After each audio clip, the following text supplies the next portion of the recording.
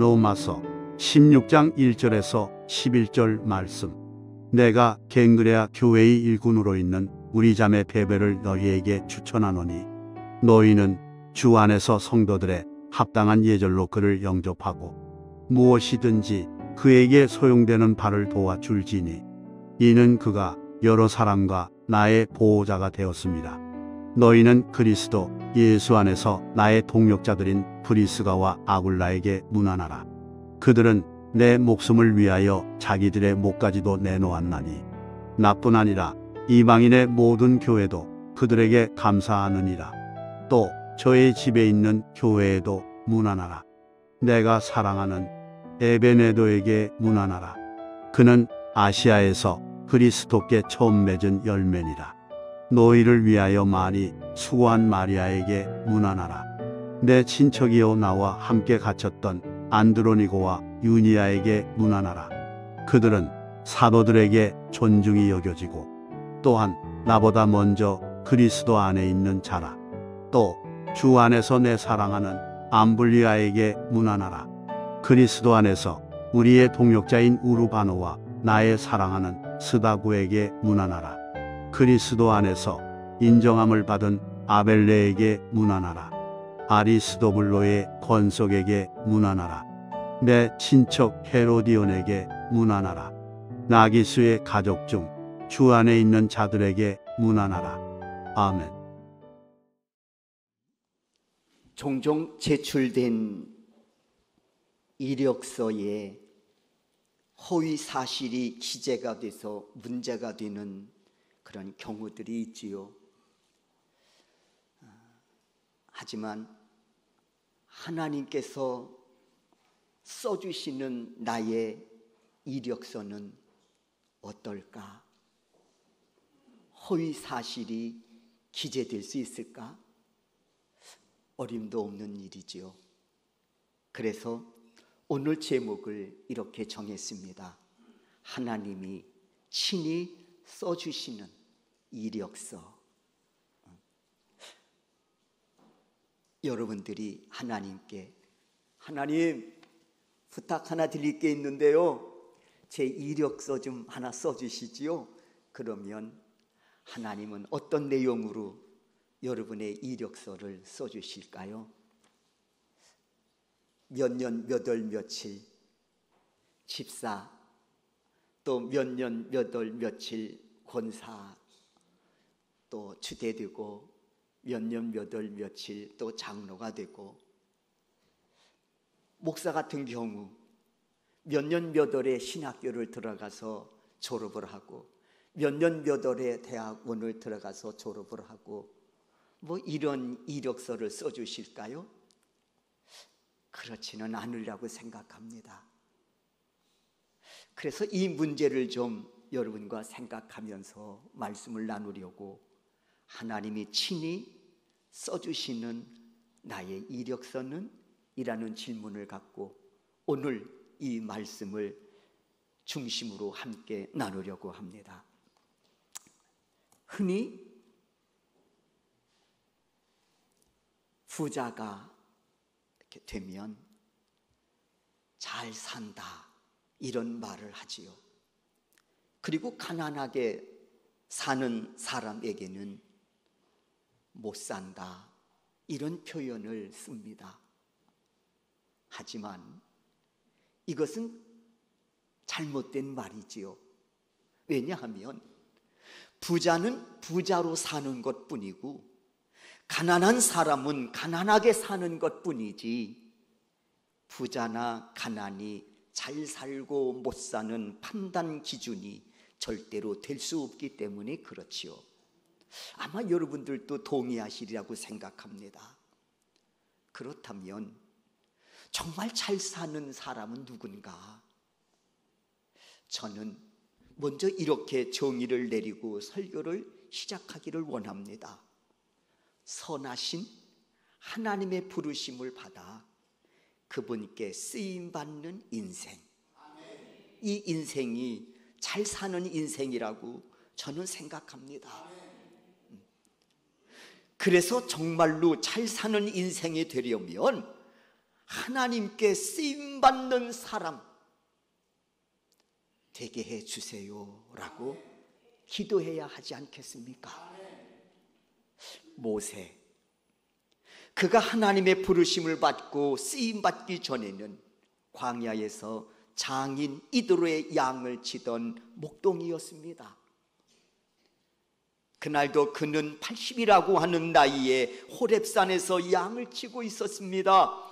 그런데 그때 놀라운 광경을 목도하지요. 가시떨기 나무에 불이 붙어 활활 타오르고 있는데 나무가 타서 채가 되지 않는 겁니다. 그리고 계속 타오르고 있는 것이지요.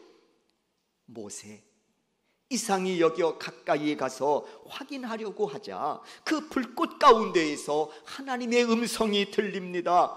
모세야, 이리로 가까이 오지 마라. 내가 선 곳은 거룩한 땅이니 네 발에서 신을 벗으라.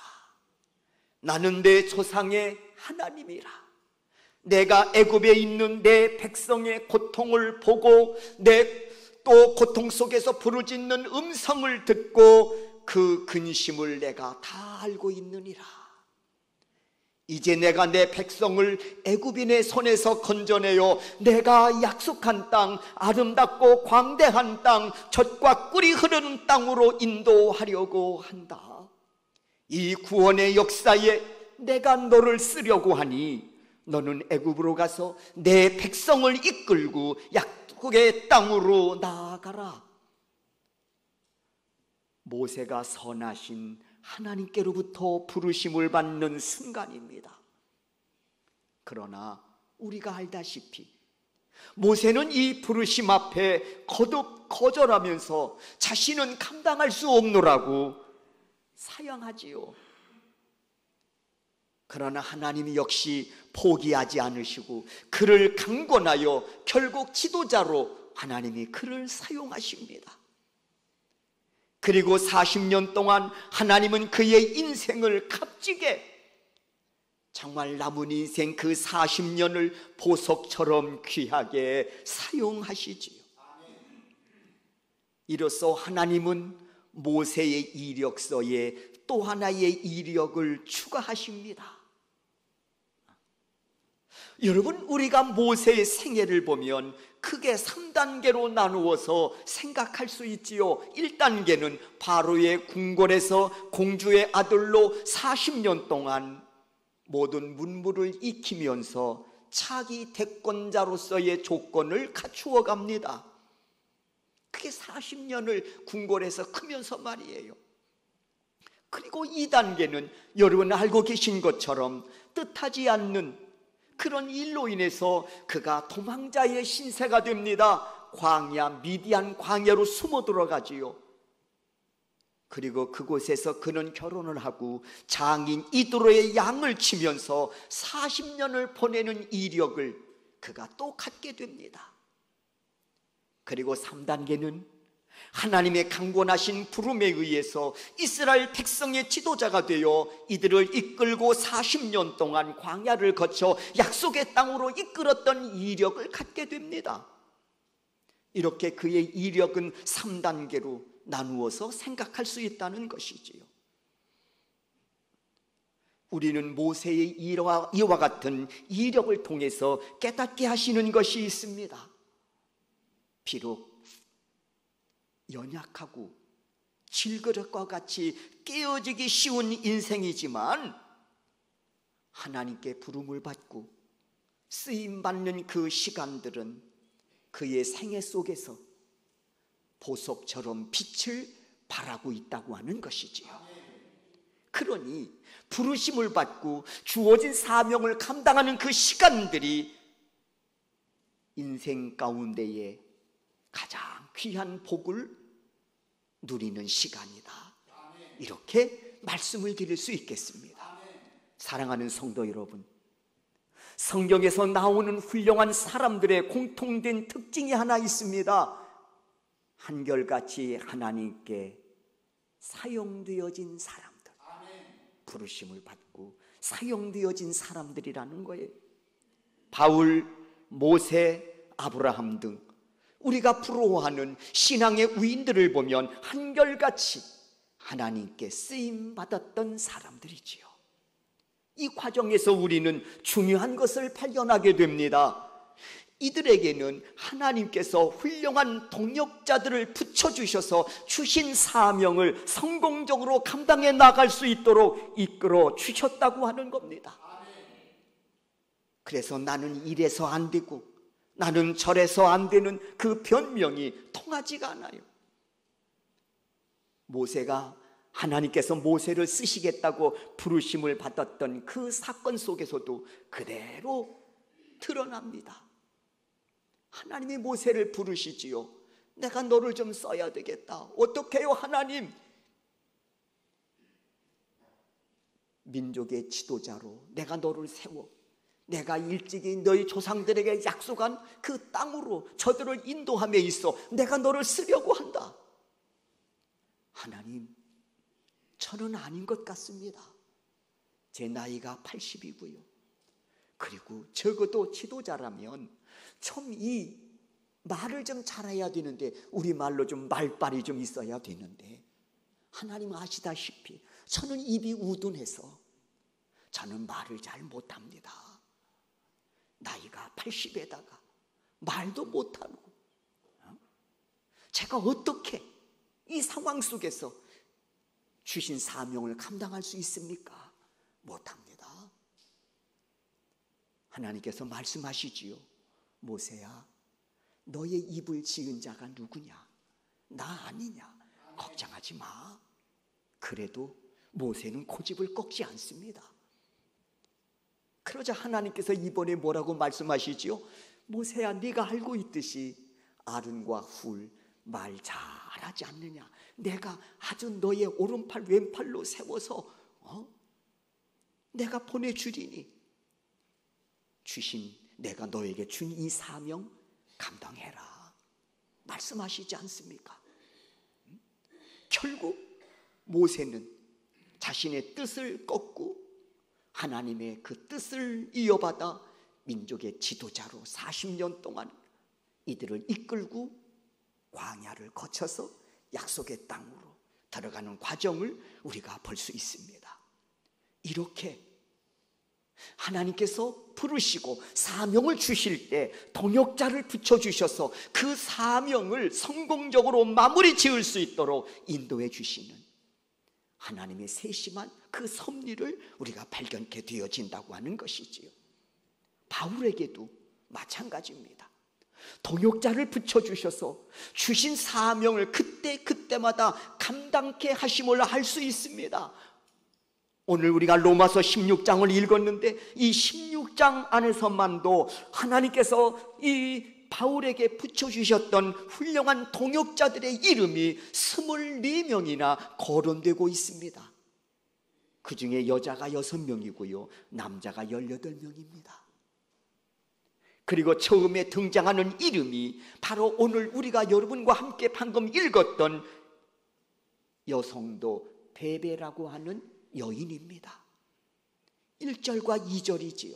한번 보십시오. 16장 1절입니다. 내가 겐그리아 교회의 일꾼으로 있는 우리 자매 베베를 너희에게 추천하노니 2절이에요. 너희는 주 안에서 성도들의 합당한 예절로 그를 영접하고 무엇이든지 그에게 소용되는 바를 도와줄지니 이는 그가 여러 사람과 나의 보호자가 되었음이라.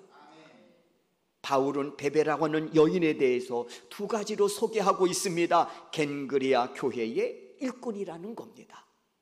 여러분, 초대교회의 일꾼의 자격이 뭡니까? 첫째는 성령 충만함입니다. 두 번째는 명철과 지혜로운 자입니다. 세 번째는 교회 내에서 칭찬받는 사람입니다. 성령 충만함, 명철과 지혜로움, 세 번째는 칭찬받는 사람. 그러니까 베베가 교회 일꾼이라고 하는 말은 이런 자격을 갖추고 교회 내에 훌륭한 일꾼으로서 주의 주신 사명을 감당하는 여인이었다고 하는 겁니다. 그러면서 두 번째 이 여인에 대해서 이렇게 소개하고 있습니다. 그는 여러 사람과 나의 보호자이니라.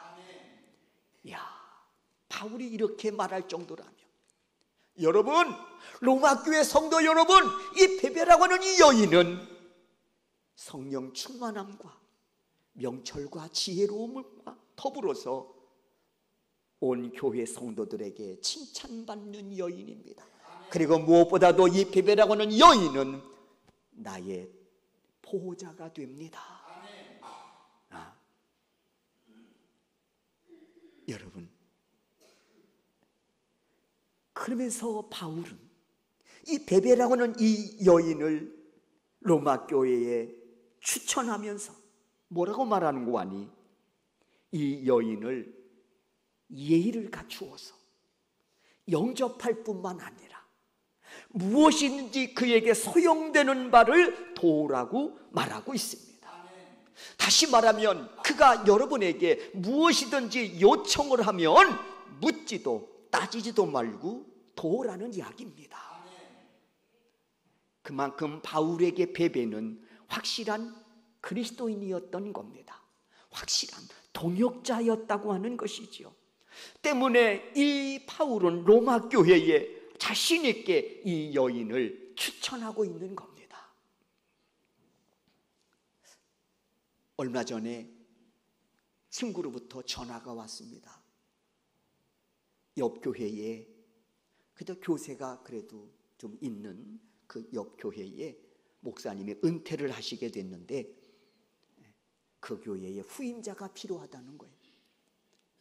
그러면서 그 교회 장로님들이 찾아와서 목사님, 후임자 하나 좀 보내주십시오. 목사님이 추천해서 보내주는 후임자라면 묻지도 따지지도 않고 우리가 받겠습니다.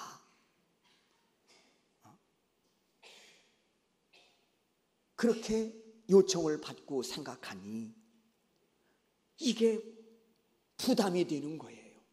책임이 있잖아. 목사님이 추천하는 사람이라면 묻지도 따지지도 않고 우리가 모시겠다고 하니 그만큼 책임이 중하잖아요. 그래서 주위에 있는 목회자들을 이렇게 불러보니까 자신이 없는 거야. 그래서 저한테 전화를 하면서 박 목사, 내가 이런 요청을 받았는데 내 주위에는 자신 있게 추천할 사람이 없네. 그러니 박 목사가 한 사람 추천해줘서 좀 보내줘. 박 목사가 추천해 보내주는 사람이라면 나 역시 묻지도 따지지도 않고 네. 추천을 해서 그 교회에 보내겠다는 거예요. 그래서 갑자기 전화를 받으니까 저 역시 그래서 봤어요. 그리고는 전화를 했어요. 그래, 나도 책임이 막중하네. 한 사람 보내줄 테니 한번 만나보고 마음에 들면 추천해. 아니야, 밥 먹어서 추천하면 됐어. 그냥 보따리 싸가지고 내려오라고 그래. 그래서 전화를 해서 그 친구에게 그게 2, 3일 안에 문제가 이게 풀어지고 오래가면 이게 말썽이 이루어질 수 있으니까 인사는 빠른 시간에 속도감을 가지고 바람 차기 전에 빨리 해결해야 되니까 2, 3일 안에 해결해. 그래서 전화를 받은 친구가 어리벙벙하죠. 갑자기 그러니까 빨리 가. 괜찮은 교회야. 나 믿고 가. 그랬어요. 그래서 이 친구가 가서 목회를 잘하고 있습니다. 전화가 왔습니다. 박 목사 고마워. 그 교회 성도들이 얼마나 좋아하는지 모른다는 거예요. 지금부터 싫으면 어떡하냐 내가 얘기는 했지만 그 교회 성도들이 당신한테 너무 고맙다고 좋은 목회자 보내줘서 그래서 지금 목회를 열심히 하고 있습니다. 오늘 이 바울 베베를 로마 교회에 소개하면서 이 친구를 보내면서 예의를 갖추어서 맞이해라. 그리고 필요하다는 게 있으면 묻지도 따지지도 말고 도우라. 그만큼 바울이 이 여인의 신앙을 인정하고 성실함과 진실됨과 충성을 인정한 것이지요. 여러분, 이 대목에서 우리가 생각하게 하는 게 있습니다. 나 자신을 돌아보는 거예요. 나 자신을 돌아본단 말이에요. 이력이라고 하는 것은 내 자신이 쓰는 것이기도 하지만 진짜 이력서는 뭐냐? 내 주위에 있는 사람들이 써주는 게 진짜 이력서가 아닐까 생각해 봅니다. 그리고 그보다 더 멋진 이력서는 뭐냐? 하나님이 써주시는 이력서라고 생각합니다. 사실 제 이력으로 말하면 뭐 몇 년, 몇 월부터 어느 교회에서 심우하고 또 몇 년, 몇 월에 학교에 입학해서 몇 년, 몇 월에 졸업하고 우리가 생각하는 이력이 이건데 정말 중요한 이력은 여러분 이게 아니잖아요. 물론 우리가 몇 년 몇 월에 어디에서 근무를 했고 무슨 일을 했고 어디 학교를 들어가서 언제 물론 졸업을 하고 이것도 중요한 건 사실이지만 그러나 이보다 더 중요한 이력서 내용들이 있지 않겠느냐는 겁니다. 여러분, 이 대목에서 생각나는 사람이 있습니다. 아브라함이에요. 창세기 22장에서 하나님은 이삭을 통해서 아브라함을 시험하신 후에 그에게 하신 말씀이 있습니다. 이제야 내가 나를 경외하는 줄을 아노라. 또 한 줄 하나님의 아브라함의 이력서에 기재하는 내용입니다. 우리가 아브라함의 이력서를 받아본다면 거기에 하나님이 쓰신 내용이 있습니다. 이 사람은 진실로 하나님을 경외하는 사람이다. 멋진 이력 내용 아닙니까? 이보다 더 멋지고 아름다운 이력 내용이 또 어디 있겠습니까?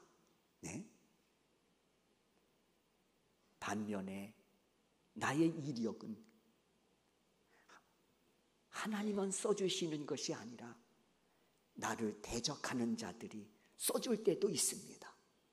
나를 미워하고 나를 대적하는 자들이 써주는 이력도 있을 수 있다는 것이죠. 나를 대적하는 자들이 나의 이력서를 써준다면 저들은 나를 어떻게 평가하며 나의 이력을 어떻게 써줄까?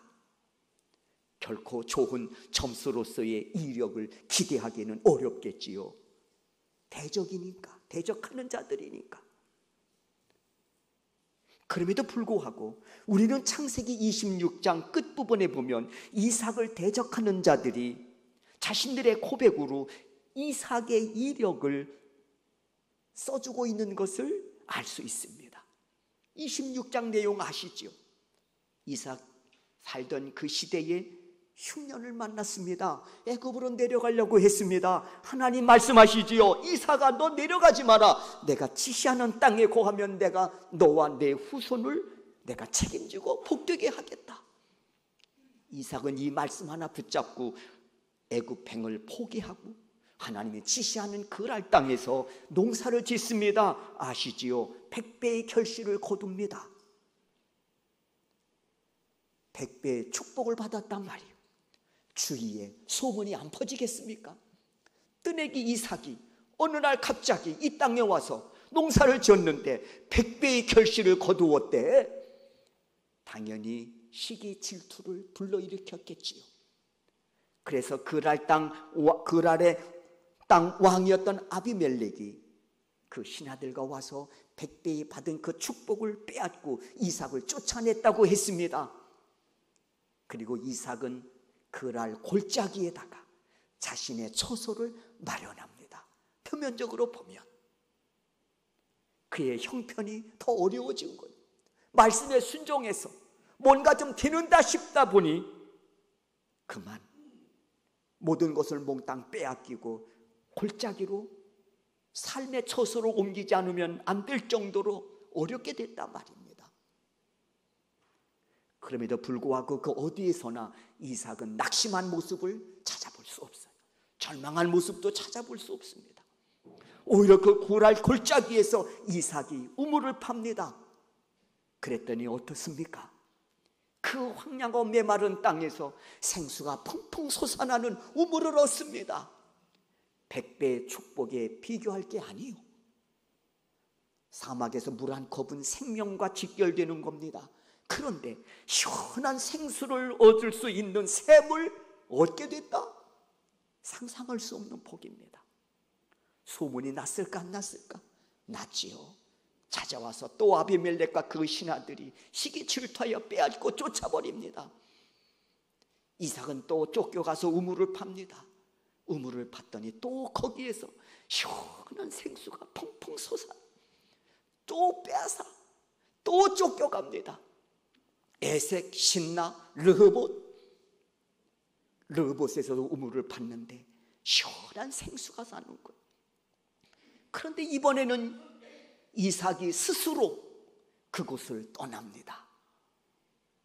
거기는 평화가 있었는데, 거기까지 대적들이 쫓아와서 비박하지 않았는데, 이번에는 이삭이 스스로 떠났다고 했지요. 어디로? 부엘세바로 도착하니 거기에 누가 기다리고 계셨어요?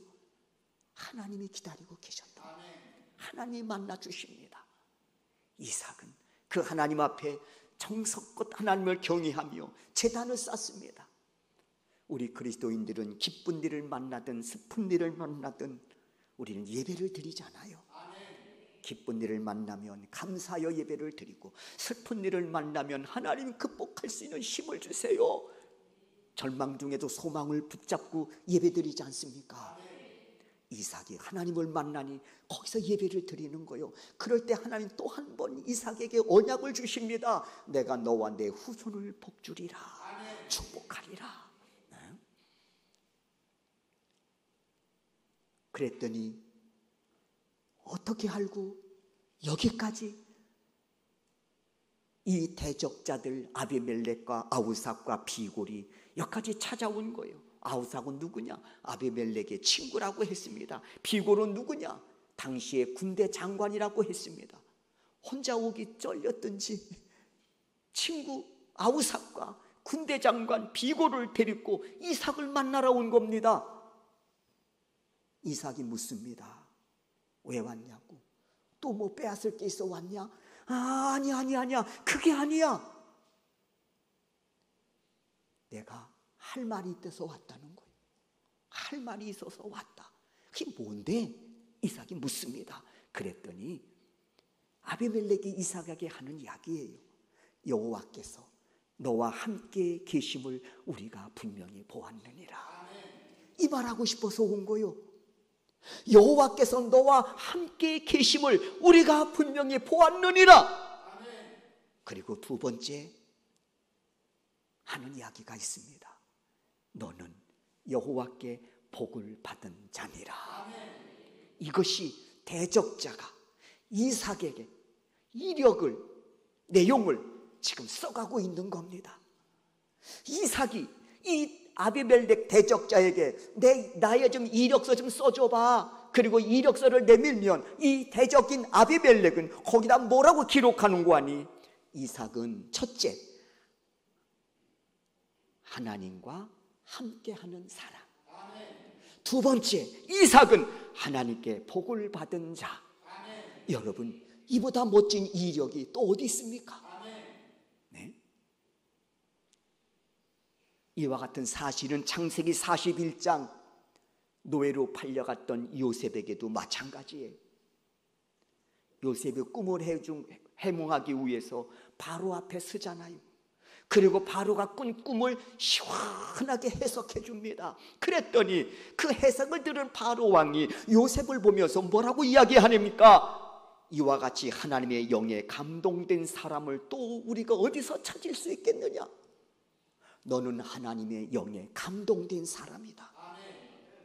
또 하나는 너와 같이 명철하고 지혜 있는 자가 없도다.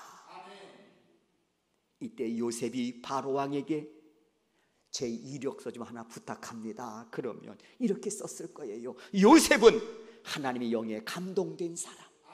요셉은 명철하고 지혜 있는 사람. 여러분, 여러분에게도 이와 같은 멋진 이력이 주 안에서 한 자 한 자 써 내려갈 수 있기를 주의 이름으로 축원합니다. 내가 언제 집사를 받고 권사를 받고 장로를 받고, 물론 이것도 중요합니다. 이것이 중요하다고 해서 우리가 더 중요한 것을 놓치면 안 되지요. 그 이야기를 지금 저는 여러분에게 하고 싶은 겁니다. 목사도 마찬가지요. 목사 이력이라는 게 뭡니까? 몇 날 어디에 교회에 부임을 받아서 언제 몇 년까지 그 교회에서 심호하고, 또 어느 교회로 또 옮겨서 몇 년부터 몇 년까지 또 하고, 또 몇 년 몇 월 며칠 신학교에 입학해서 몇 년 며칠에 졸업을 하고, 이것도 중요하지만 더 중요한 게 목사에게도 있지 않습니까? 하나님이 써주시는 이력, 여러분들이 써주시는 이력은 몇 년 몇 월 며칠 뭐 해서 몇 년 몇 월 며칠 뭐를 마치고, 이보다 더 중요하다는 것이지요. 오늘 본문에서도 여러 사람들의 이름이 나오고 있습니다. 그러면서 바울은 그들의 이름을 거론하면서 그들의 신앙과 삶에 걸맞는 이력들을 이야기해 주고 있습니다. 차례대로 보면 이 사람은 그리스도 안에서 처음 익은 열매다. 이 사람은 그리스도를 위해서 수고한 사람이다. 이 사람은 나보다 먼저 그리스도 안에 있는 사람이다. 이 사람은 사랑이 충만한 사람이다. 이 사람은 진실로 나의 동역자다. 베베를 통해서 이 사람은 나의 보호자다. 여러분, 이렇게 한 사람 한 사람 이력을 써내려가고 있다고 하는 겁니다. 사랑하는 성도 여러분, 그러므로 이 이력서를 보면서 구원받은 사람들에게는 또 다른 소망을 하나 갖게 되는 겁니다. 그게 뭐냐? 영원한 상급이에요. 상급의 기준은 이력서에 적힌 내용들이 기준이 아닐까 싶습니다. 믿음은 구원이지만 상급은 행함이잖아요. 때문에 상급의 기준은 이력서에 적힌 내용들이, 하나님이 친히 써주신 이력서의 그 내용들이 기준이 아닐까 싶습니다. 여러분의 이력서에 하나님은 어떤 내용으로 써 내려가고 계십니까? 하나님, 제 이력서 하나 좀 부탁드리겠습니다. 그러면 하나님은 여러분의 이력에 대해서 어떻게 써주시겠습니까? 네? 그 내용에 따라서 하나님이 준비하신 영원한 상급이 뒤따르게 될 줄로 믿습니다. 바울의 고백입니다. 빌립보서 3장 14절입니다. 우리 빌립보서 3장 14절 말씀 함께 읽습니다. 표대를 향하여 그리스도 예수 안에서 하나님이 위에서 부르신 부름의 상을 위하여 달려가노라. 우리가 이렇게 알고 있는 것처럼 바울은 다메섹에서 예수 그리스도를 영접한 이후부터 그의 삶은 고난이 시작이 됩니다. 말할 수 없는 고난입니다. 그러나 그 고난 앞에서 그는 제자들을 향해서, 그리스도인들을 향해서 이렇게 말합니다. 고난은 잠깐이지만 주를 위해 받아야 될 고난이 있다면 이것은 잠깐이지만 이를 통해서 주어지는 상급은 영원한 것이란다. 여러분, 이 소망은 절대로 부끄럽지 않는 소망입니다. 주 안에서 산 소망이라는 것이죠. 왜냐하면 주님께서 행한 대로 갚아주리라고 하는 약속의 말씀을 주셨기 때문입니다. 예수님께서도 마태복음 16장 27절을 통해서 이렇게 말씀하고 있습니다. 다 같이 한번 이 말씀도 읽습니다. 인자가 아버지의 영광으로 그 천사들과 함께 오리니 그때에 각 사람이 행한 대로 갚아주리라, 갚으리라. 소망합니다. 이 상급의 주인공이 되도록 멋진 이력서를 주님과 함께 써내려 가시는 우리 소명교회 성도 여러분들이 되실 수 있기를 주의 이름으로 축원합니다.